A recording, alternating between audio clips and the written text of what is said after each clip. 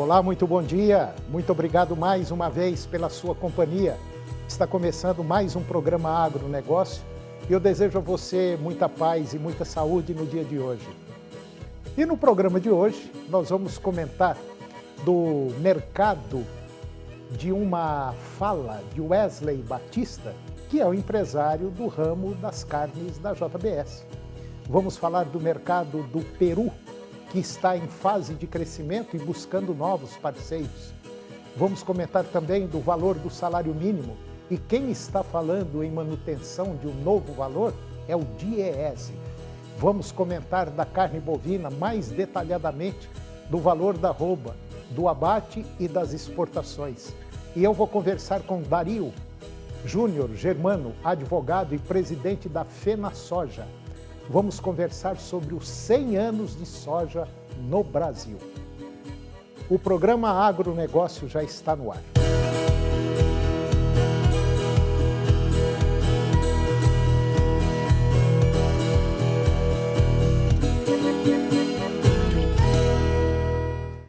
Eu começo o programa de hoje falando do mercado da pecuária e também de uma fala do empresário do ramo das carnes da JBS. Wesley Batista, conselheiro e acionista da JBS e também da Pilgrim's Pride, ele disse que o Brasil precisa melhorar a imagem do seu agronegócio brasileiro. E disse também que nós precisamos torcer para o touro e não para o toureiro. Ele disse que nós precisamos deixar de nos autoflagelar, porque nós temos a maior matriz energética limpa do planeta. Temos problemas? Sim, mas fica apenas o problema. O que nós precisamos é de uma linha de país e nós, empresários, mostrarmos o que fazemos de bom no setor. Durante uma apresentação, o empresário Wesley Batista, ele disse que o produtor brasileiro é muito sério, preocupado em preservar. E não há lugar que tenha um sistema financeiro tão avançado como aqui no Brasil. Ele disse que lá nos Estados Unidos ainda manda-se cheque pelo correio.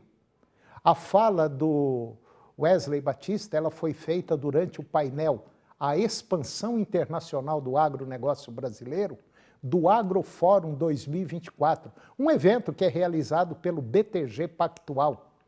Wesley Batista cita que o setor está transformando o Brasil de dentro para fora, principalmente no interior do país, e que há poucos lugares no mundo que têm a condição de aumentar a produção para acompanhar uma demanda crescente.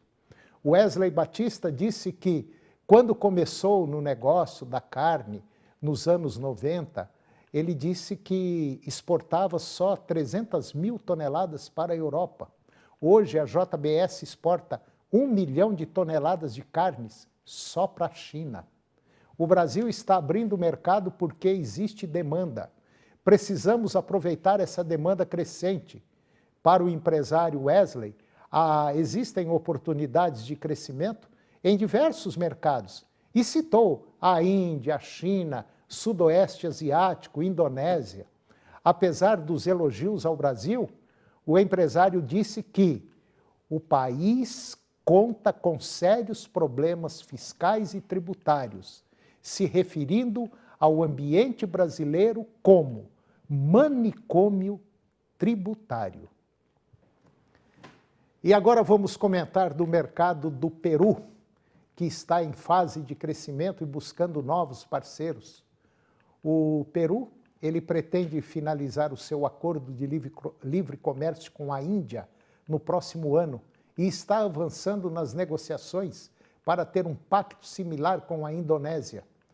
No futuro, afirmou a ministra peruana do Comércio Exterior e também do Turismo, Úrsula León, um novo acordo com a Índia permitirá ao país sul-americano ter livre comércio com as duas nações mais populosas do planeta, já que um tratado semelhante com a China está em vigor desde 2009.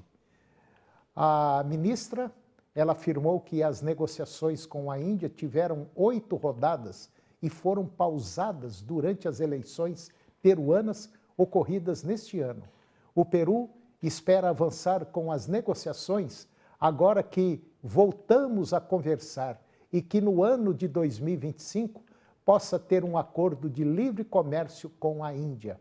O comércio entre Peru e Índia aumentou nos últimos anos pela venda de ouro por parte do país andino.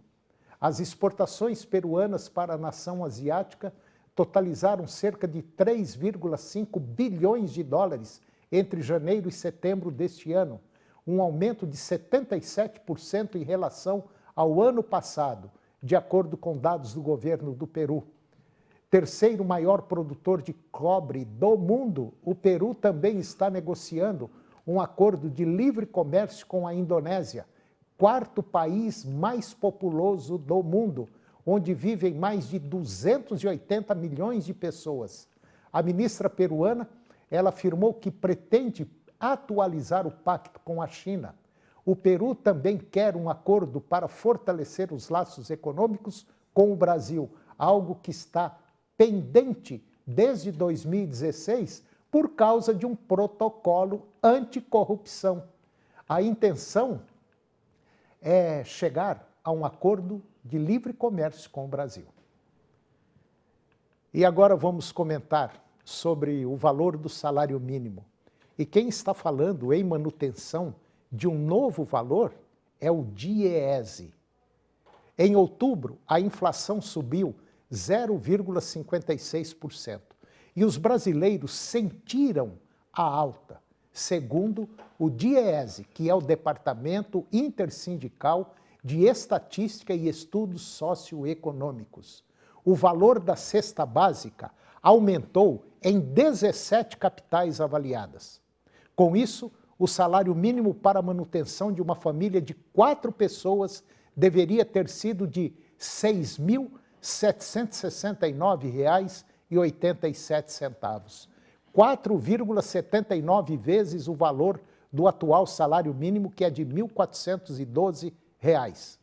O valor mínimo necessário avançou em relação ao mesmo período do ano passado, quando seria necessário um salário de R$ 6.210,11. Os brasileiros também precisaram destinar mais de seus salários para adquirir produtos alimentícios básicos, 51,7%, um aumento de 1,4% em relação ao mês passado. Um dos itens que mais pesou na cesta básica foi o quilo da carne bovina de primeira, que subiu em todas as cidades. As estiagens e as queimadas prejudicaram o pasto, os bois em confinamento não foram suficientes para manter o nível de oferta nos preços no varejo e aumentaram muito. Um outro destaque ficou para o aumento no preço médio do óleo de soja. O motivo é que o aumento da demanda por óleo bruto manteve elevado o volume exportado e, apesar das expectativas em relação à produção de soja no país, no varejo, o preço do óleo seguiu em alta. E agora vamos falar um pouquinho do mercado da carne bovina, mais detalhadamente do valor da arroba, do abate e das exportações. O mercado físico do boi gordo se deparou com preços em alta no decorrer da semana. Para o analista das safras e mercado, Fernando Iglesias, o ambiente de negócios ainda sugere por um novo reajuste no curto prazo, em linha com a posição das escalas de abate, que permanece encurtadas em grande parte do país. Os frigoríficos vêm trabalhando com escalas de abate entre 4 e 6 dias úteis, quando a média normal para o período varia entre 8 e 9 dias úteis. Conforme o analista das safras e mercado, esta é a pior média de abate desde o primeiro semestre de 2022, quando as escalas variavam de 3 a 4 dias úteis. No mercado interno, os preços da carne bovina seguem em alta, mas é importante ressaltar que existem limitações em função do baixo poder de compra da população brasileira, que tende a migrar para proteínas de menor valor agregado, caso da carne de frango, dos embutidos e também do ovo. Segundo Fernando Iglesias, o mercado atacadista ele voltou a apresentar preços mais altos no decorrer da semana e a perspectiva é de continuidade deste movimento no curto prazo, considerando a entrada dos salários na economia que motiva a reposição ao longo da cadeia produtiva. O analista destaca que as exportações de carne bovina seguem robustas, com o Brasil já estabelecendo um recorde histórico na atual temporada no mês de outubro. As exportações de carne bovina fresca, congelada ou refrigerada no Brasil renderam 1 bilhão e 95 milhões de dólares no mês de outubro em apenas 19 dias úteis, com média diária de 57,6 milhões de dólares. A quantidade total exportada pelo país chegou a 236 mil toneladas, com média diária de 12.400 toneladas. O preço médio da tonelada ficou em 4.638 dólares. Em relação a outubro do ano passado, houve uma alta de 41,5% no valor médio diário da exportação, ganho de 40,2% na quantidade média diária exportada e avanço de 0,9% no preço médio. Os dados foram divulgados agora pela Secretaria de Comércio Exterior. E depois do intervalo eu vou conversar com Dario Júnior Germano. Ele é advogado e presidente da FenaSoja.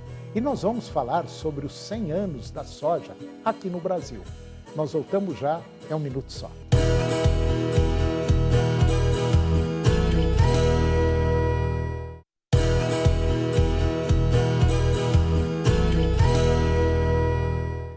Nós estamos de volta e agora vamos comentar do mercado da produção de veículos aqui no Brasil.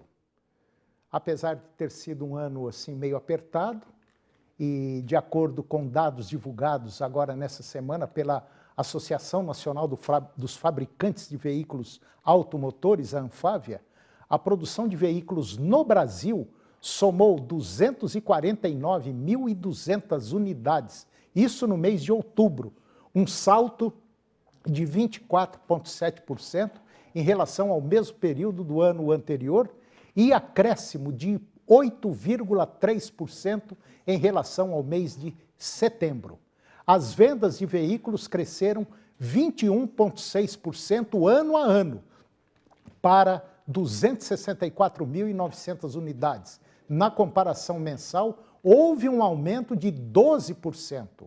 Este ano, a produção já soma 2.100.000 veículos, uma alta de 8,9%, enquanto as vendas alcançaram também 2.100.000 veículos no período, um incremento de 15% frente ao mesmo intervalo do ano passado. As exportações de veículos nacionais no mês passado totalizaram 43.500 veículos, uma expansão de 39% frente a outubro do ano passado e um acréscimo de 4,6% em relação a setembro. No acumulado do ano, totalizavam 327.000 veículos, ainda um declínio de 7,4% em relação aos mesmos 10 meses do ano passado. E agora eu vou conversar com Dario Júnior Germano. O Dario Júnior, ele é advogado e ele é o presidente voluntário da FenaSoja. O que é FenaSoja? É a Feira Nacional da Soja, que acontece em Santa Rosa, lá no Rio Grande do Sul. Só para você ter uma ideia, você que nos acompanha, nós vamos falar sobre os 100 anos da soja aqui no Brasil. Dario Júnior Germano, muito obrigado pela sua participação no nosso programa. Muito bom dia, tá tudo bem? Bom dia, uma alegria, uma honra enorme falar contigo, Antônio, com toda a tua audiência, e ainda mais falar sobre essa feira, a Feira Nacional da Soja, que está encerrando aí o ciclo das feiras nesse ano, que é um dos anos mais especiais do agronegócio brasileiro. O Brasil, que é o maior produtor e exportador de soja no mundo, e que 2024, então, completa esse ano tão especial, esse marco tão especial. Muito bem falaste aí, que é o Cenos da Soja do Brasil. Se não me falha a memória, acho que Santa Rosa foi onde começou tudo, né? A soja no Brasil. Eu sei que foi no Rio Grande do Sul. E a soja nasceu, vamos dizer assim, despretensiosamente, numa região pequena lá do Rio Grande do Sul, e ninguém acreditava, e hoje nós somos o maior produtor de soja do planeta. A gente fala em 100 anos, mas passou tão rápida essa revolução que hoje nós mexemos com o planeta. É mais ou menos isso, né? É um orgulho, né, para nós. Perfeito, Tony. Santa Rosa é o berço nacional da soja. Tem uma lei federal que nos intitula, então, de fato e de direito, né, como o início, aqui foi o início do plantio da soja no Brasil. E essa história ela é lindíssima. E ela foi como tem espécie, assim, foi despretensiosa. É um pastor que veio em 1923 aqui para o interior de Santa Rosa. Ele veio como missionário, veio dos Estados Unidos, e ele preocupado com a vida, com a dificuldade das famílias que aqui habitavam, que ele encontrava aqui no interior de Santa Rosa. Ele trouxe alguns grãos de soja plantados na fazenda Neubauer, a fazenda que continua sendo da família desse pastor lá nos Estados Unidos, e começou aqui compartilhando com 4 famílias. E ele tinha a única pretensão, Antônio, melhorar a vida dos seus congregados. E ele fez um acordo, ele entregou para 4 famílias, que são os pioneiros da soja, junto com o pastor, e essas famílias tinham um compromisso de devolver os grãos, a colheita, metade da colheita para a igreja, para que o pastor pudesse compartilhar com outras famílias. Então, ainda que houvesse experimentos por todo o Brasil, esse gesto de muita fé e comunhão desse pastor é que fez com que Santa Rosa fosse, então, o berço, o início da produção comercial da soja no nosso país. É uma pena, Dário, que parece que, de maneira geral, o brasileiro não gosta muito de história. Mas se a gente parar e voltar esses 100 anos, nós vamos ver que o que aconteceu no Brasil em geração de divisas, em geração de emprego, de tecnologia, enfim, mexeu com o mundo, mexeu com o planeta. Porque hoje, basicamente, tudo que você consome, pode ter certeza absoluta, 40%, 50% tem soja no meio. E o brasileiro precisava dar valor nisso, nós precisamos valorizar isso aí. Porque a soja, se não fosse feito dessa maneira, lá no Rio Grande do Sul ter começado e depois cresceu aqui para a região centro-oeste, hoje nós seríamos um país aí basicamente importador de alimentos, como nós fomos durante muitos anos, né, Dário? Perfeito. Esse Brasil que deu certo, né? E esse Brasil que tem a soja como mola propulsora do desenvolvimento. Não temos dúvida que a força motora do Brasil, da criação de novas cidades, novos estados, desenvolvimento dos 4 cantos do Brasil, foi muito pela história da soja. Né? Essa migração de famílias, eu tenho familiares que eram daqui do interior, que foram para o Mato Grosso do Sul, eram produtores rurais, o meu avô era produtor rural aqui, então meus tios produziam aqui, venderam as terras que tinham no Rio Grande do Sul e foram para Campo Grande, naquela região perto de Campo Grande, e continuam sendo produtores e ajudaram a desenvolver. Então, essa é a história do interior do Brasil, a partir do berço, que gerou tanto desenvolvimento, e a soja realmente hoje representa 30% do PIB do agronegócio, 7% a 8% do PIB do Brasil, mas, sobretudo, ela está presente em todos os lugares, né? Para quem tem filho pequeno.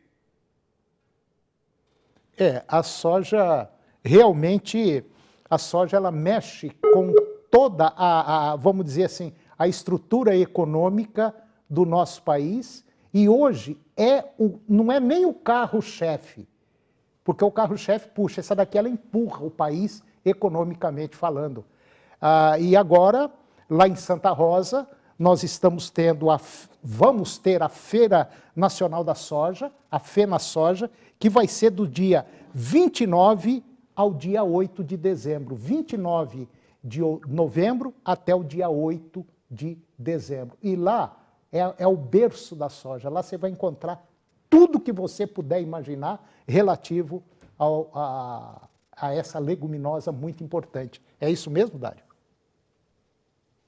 Hoje a cana-soja é a maior feira multissetorial do país, né? São mais de 600 expositores, o nosso parque tem 40 hectares, recebemos a última edição em 2022, mais de 350 mil visitantes, e geramos em 10 dias 1,2 bi de negócios, né? O que nos consolidou, então, a cana-soja como a maior feira multissetorial. Estamos preparando, sem dúvida, além de um grande ambiente de negócio, também painéis do Centenário da Soja do Brasil, virão grandes personalidades do agronegócio, e teremos aqui também muitos momentos de celebração do 100 anos, né? Estará conosco aqui ex-ministro da Cultura, a presidente da Embrapa, a maior produtora de soja do Brasil, que está aí conosco, do Grupo SMC. Então, uma grande quantidade de painéis, seminário de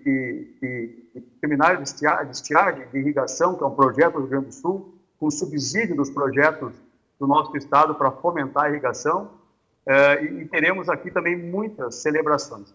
E uma delas, Antônio, vai ser fantástica, porque o neto do pastor Albert Neubauer, que também é pastor, ele está vindo dos Estados Unidos junto com 12 descendentes, daquele que começou, que trouxe os primeiros grãos de soja daquele país. Eles estarão conosco aqui durante 5 dias para celebrar os 100 anos. Então, vai ser um grande evento de negócio, uma grande feira do agronegócio, um grande momento de retomada do Rio Grande do Sul, depois de tudo que nós passamos, né? A feira era para ter acontecido em maio, olha só. Então, tivemos que adiar e não podíamos deixar de fazer nesse ano 2024, que celebramos os 100 anos. Então, agora ela vai acontecer com ainda mais força, ainda melhor, para celebrar a reconstrução do Rio Grande do Sul, a retomada da economia e, sem dúvida, celebrar esse é um dos maiores marcos que nós vamos viver, né, os 100 anos da soja do Brasil. Eu admiro a bravura de vocês aí no Rio Grande do Sul, porque o que vocês passaram é algo assim inacreditável. Foi, pelo menos particularmente, eu senti muito essa revolução que vocês tiveram aí no Rio Grande do Sul e essa retomada do povo gaúcho que, na minha visão, representa um grande exemplo de civilidade e brasileiridade, se é isso que a gente pode dizer. Parabéns a vocês aí, eu espero que vocês, num curto prazo, reverta todo esse processo, que já começou a reverter, e infelizmente, nós não temos políticos para cooperar com vocês aí, infelizmente, de maneira geral.